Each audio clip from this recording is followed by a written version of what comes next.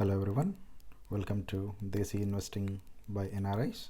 So today our topic would be mutual funds for NRIs. So in this session we will talk more about what is a mutual fund and how can we choose a specific mutual fund, what are the mutual funds that is good for a beginner investors, and how we can pick a mutual fund. So there are thousands of mutual funds that are available in the market, but for a basic beginner person, on what basis we can identify certain mutual funds to make sure that we are picking the right ones. So let's quickly get onto the topic. So what is the key definition of savings and when to do an investment? So the preparedness for investment. So are we really prepared to do any sort of investments, and then understand what's a mutual fund and how do we pick up a mutual fund kind of stuff. So let's go on. So first of all, the definition of savings. So most people will have kind of an understanding whatever the earnings that they are getting every month through salary or through business or whatever it is. So whatever the earnings that they are getting into their bank account, and then after all the expenses like rent and monthly expenses, groceries and everything, so whatever the leftover that we see in our bank account, so probably that is, most people assume that it is savings, but in reality or by definition that's not the right thing. Whatever your monthly income, and keep some money outside as savings, and then the rest what you have, use that for expenses. This way your savings, wherever you're going to keep in any investment account, or whichever the mutual fund you're buying or stocks you're buying, so let them grow without any disturbances, and do not have a quick withdrawal plan for these savings. And when to do investments, most people think they can just do the investment at any point of time.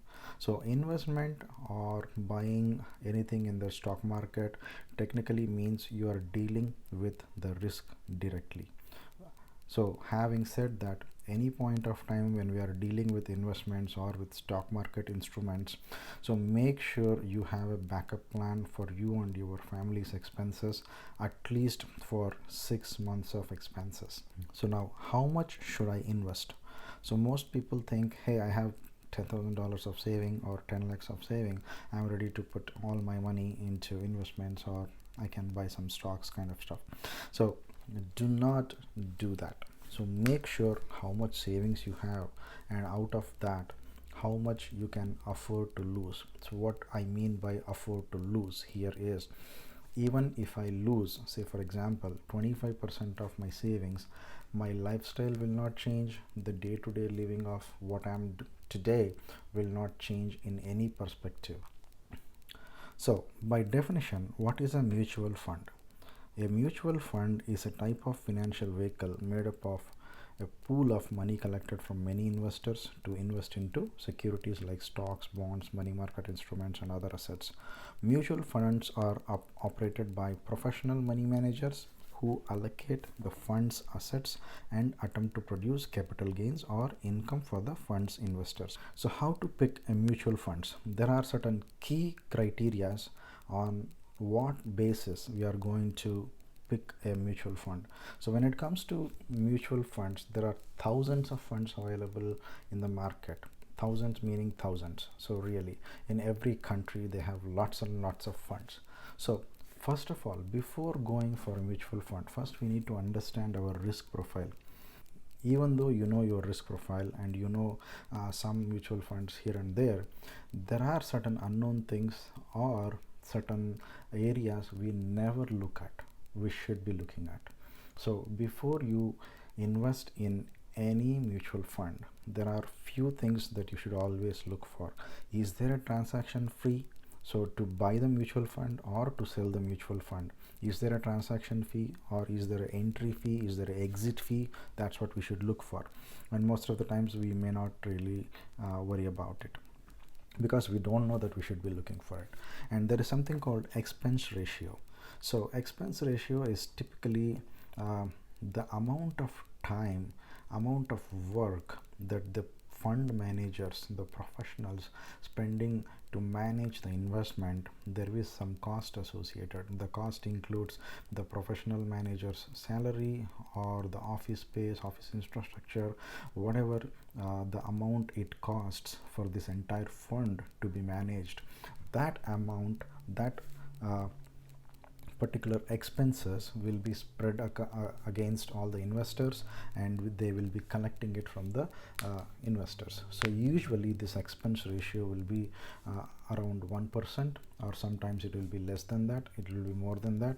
On an average it will be 1% for most of the funds. But at the same time, there are certain funds it will be less than 0.5%. There are some funds where it is totally zero, which means, for example, if you are investing $1,000 and if 1% is your expense ratio, so technically you are giving away $10 every year just for this expense. And if the more you invest, the more it goes away. And apart from this, technically you should be looking at what is the CAGR. So CAGR is nothing but average returns per year that the fund is generating. So what is the performance of this particular fund that it has generated in last 1 year, last 3 years, last 5 years, last 10 years. Most people simply look for last 1 year. Oh, this fund generated last 35% or 50% last 1 year, so let me put it. So it may not be true how the fund will be performing in the next subsequent years. So it may be different. So always look for 5 years or 10 years. If not 10 years, at least look for 5 years of data. Let's take a quick look on how you can identify some mutual funds. Okay, so I just opened a Fidelity website, so we can just make use of this Fidelity website to understand how we can identify some mutual funds. So if you are using a laptop or an iPad, go for investment products. Under that you see mutual funds, click on the mutual funds, and then if you see explore all funds, fund picks from Fidelity. If you see this is kind of filtering all the funds which is managed by Fidelity. So this is Fidelity managed funds. So I'm clicking on view 349 funds. So if you see on the left hand side, so here there are 9593, so 9593 funds are totally available to transact in Fidelity website, whereas out of those 349 are really managed by Fidelity. So this is like Fidelity own mutual funds. And here there is something called no transaction fee. So technically you have to make sure that whichever the website you are going to use, or whichever the company that where you have your trading account, where you use to buy your mutual funds. So most of the times it happens that if you are buying a mutual fund from a different company, these fund houses would charge you some charges. Let's say, for example, this is the Fidelity website, and if I am picking a Fidelity mutual fund, then there is no fee. And if I am picking a Vanguard fund, probably there might be some fee. So if you are really interested to pick up something from Fidelity, probably pick a no transaction fee fund. Or if you really want a Vanguard one, maybe you go to Vanguard website and pick up that fund, make sure it is free. So when I click on no transaction fee, it will filter all the funds which has like no transaction fee. Technically there is no transaction fee at all. So now let me pick up some fund which I normally use, FNILX. So this is one of the fund, Fidelity Zero Large Cap Index Fund. So technically why the name Fidelity Zero Large Cap Fund? So as I said, we have to look for the expense ratio. So now when I go to fees and distributions, if you see the expense ratio gross is totally zero.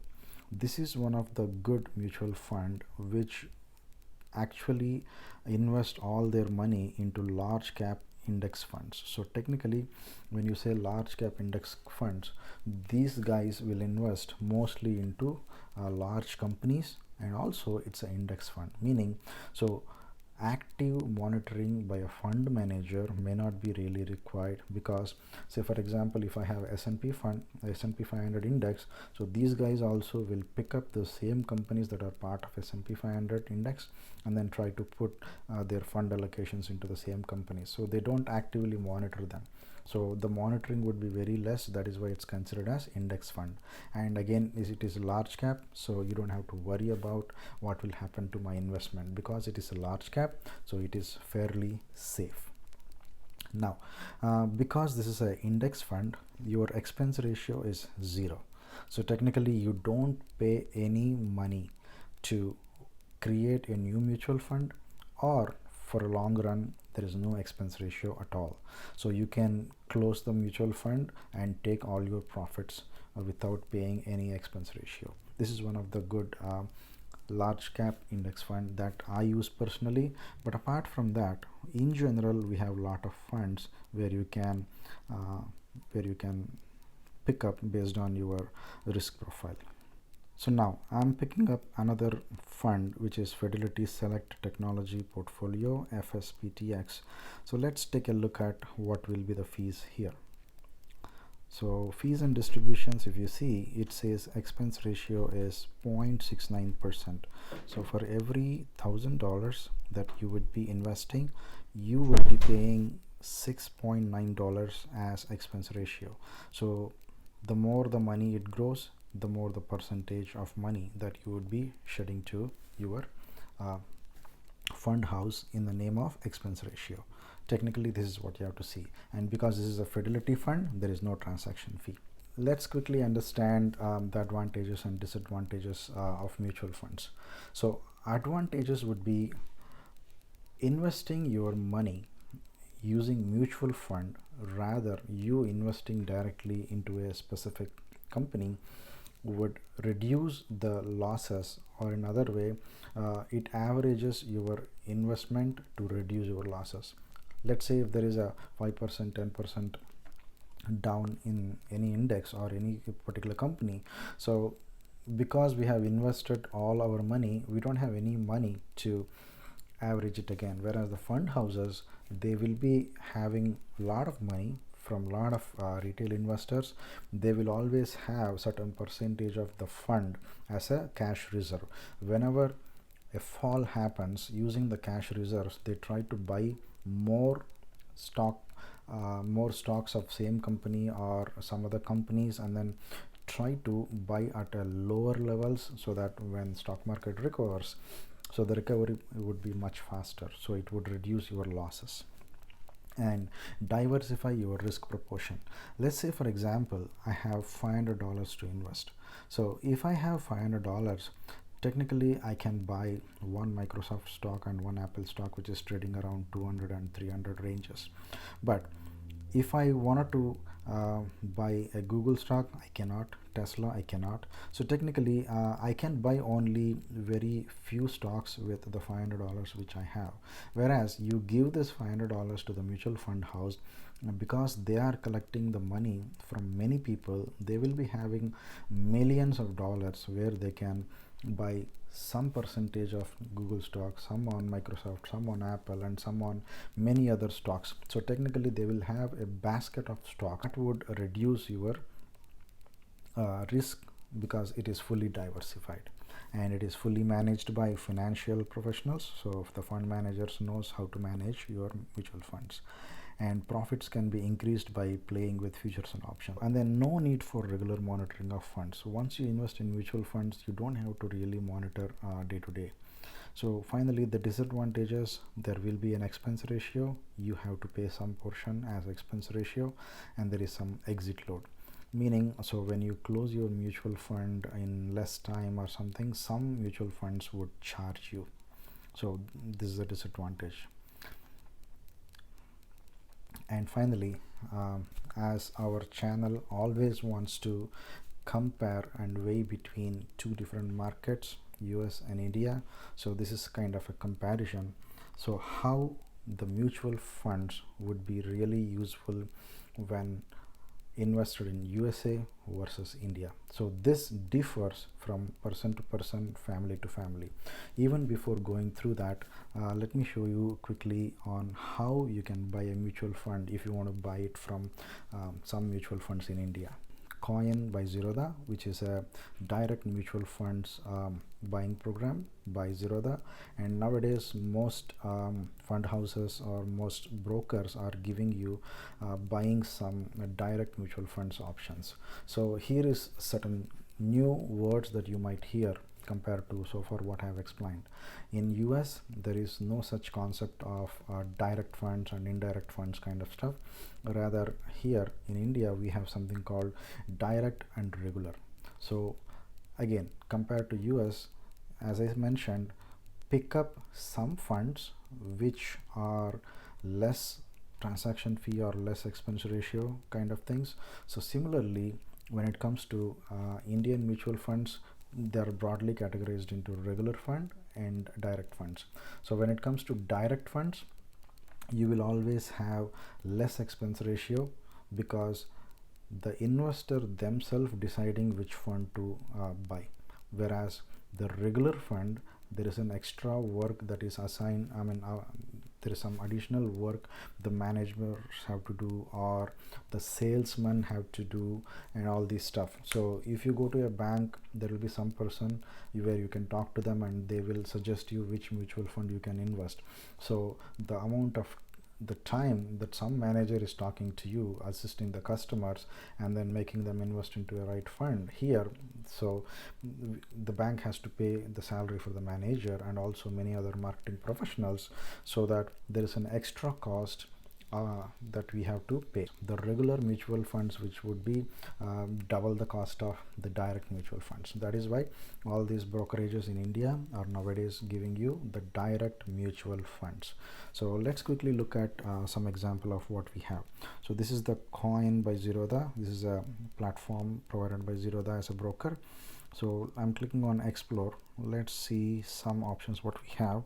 So any fund that you see on this platform, Coin by Zerodha, will always have direct funds only. There is no regular funds available. So let me go to equity and maybe I'll select large cap, and I got some XYZ funds here. So I'll pick up one of them, Access Blue Chip Fund. This is a fund which is invested on the blue chip stocks. So technically, if I go here, select technology portfolio. So probably if I have to compare between US and India, you might see the fees here, the expense ratio here is 0.69%, whereas here the expense ratio is 0.47%. And then here there is no exit load or anything, whereas in India, so there is something called exit load is 1%. If you see, an exit load of 1% will be charged for investments more than 10% if redeemed and switched out within 12 months. So technically what they are saying, let's say if you have invested 1 lakh rupees and say in 6 months the 1 lakh has become say 1,20,000, and if you want to take all the money out, so they would be charging you 1% in the name of exit fee. So basically 1,20,000, when you take out, 1% would be 1,200 rupees that you have to pay, so as an exit load. So this is one disadvantage that we have. But if you take out your money after 12 months, so then there is no exit load. You can just take your money out in any point of time. So now this is one particular fund where you are seeing the expense ratio is 0.47. Let's look at the same fund. Instead of buying it from Zerodha, if I go to a bank, say Axis Bank itself directly, and what would happen? So I would be talking to a manager, and then technically they would be filling up some forms, and then they would give us some explanation of how this fund works, and then finally they will ask us to invest some money, and then technically that all goes into regular.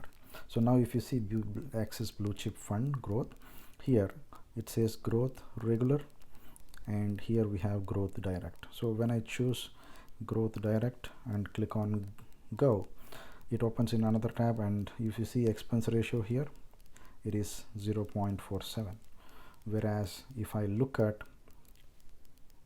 regular and click on go, this would show my expense ratio is 1.7%. So technically what I see here is it is like close to 4 times more. So this is the biggest difference that we have. So technically the fund grows the same way, but it's just that the bank is taking 1.7% every year. If you keep this fund open for 10 years, they would be taking away 17% of your total return. Whereas if it is a direct fund, they are going to take away only 4.7% of your entire return. So this is a big consideration that you really have to do. All right, so now we understood what are the different ways to look at and how to choose your fund, and whether being NRIs, you guys are working and living outside India, and you really have both options: buy the mutual fund, invest in mutual funds in the country that you are living or in your home country. Now finally, doing the comparison between what if I invest my money in India versus what if I invest in USA. So we have to understand certain tax benefit no matter how your fund grows. Let's say in 5 years or every year, if your fund is growing on an average say 15%, so you will be getting 15% of returns. But are we in a position to save all the 15% of return to ourselves or not? Are we giving away any portion of the 15% profit generated by the mutual fund in the name of taxes? This is mostly something people do not look at it. People always look at what is the return that's being generated. So people stop thinking at that point. Think beyond that. Taxes are designed in such a way that every penny, every rupee that you make, taxes are designed in a way to take out from you in the name of taxes.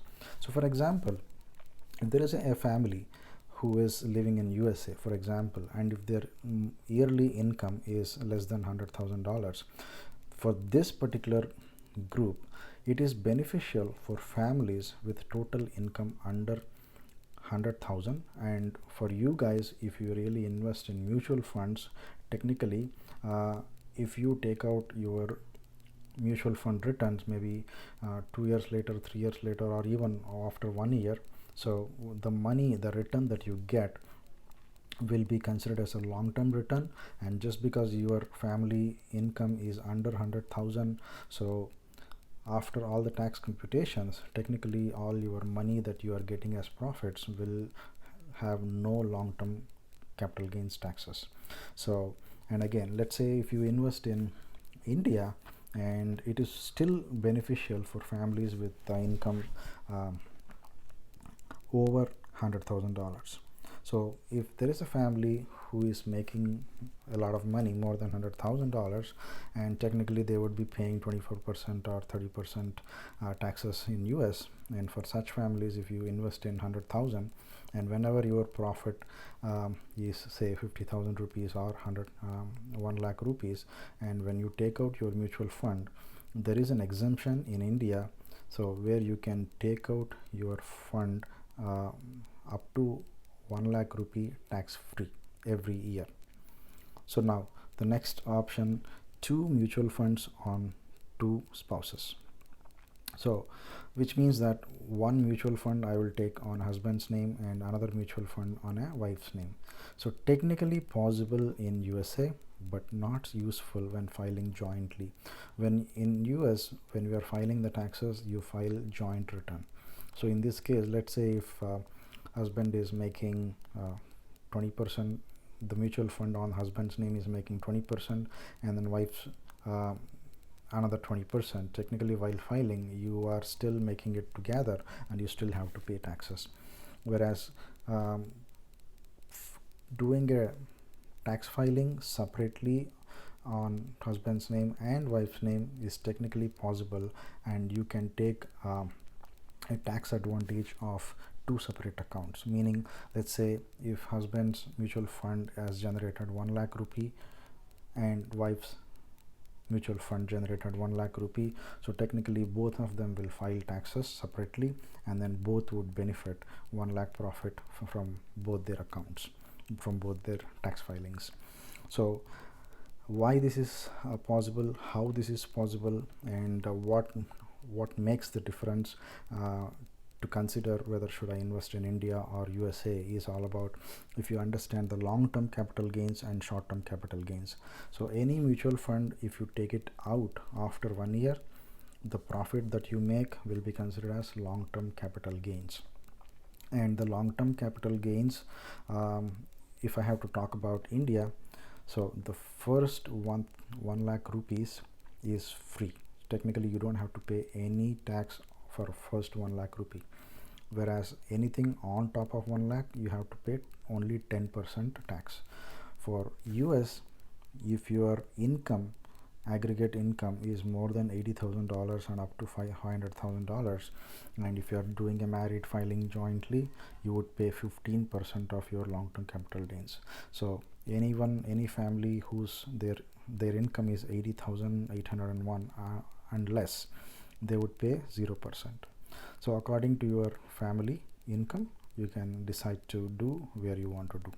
And finally, short-term capital gain. So if you take out your mutual fund returns, if you close your mutual fund less than 12 months, then it's considered a short-term capital gain, and then you would end up paying as per your tax slab. So if your tax slab is 22% or 24% or 30%, you would pay tax against your tax slab. Whereas in India, even though you close it less than 1 year, you would be paying 15% as short-term capital gain. So by all means, anybody who is investing big, if you are returning, if you are planning to get at least 1 lakh rupees in a year as a return, so technically I would still vote for India as your best choice for investing. But again, there are a lot other considerations. Personally, people who is already permanently settled down in USA and they don't want to do anything in India, that is still fine, but I'm just giving a differentiation and trying to make people understand on what factors that you can make your investments and take the better advantage of you being outside India and all the options that you have available it for you. So hope you like this video, hope you understood a lot of new things. We will catch up again with lots of interesting videos. If you like this video, please do like, share, subscribe. Thank you.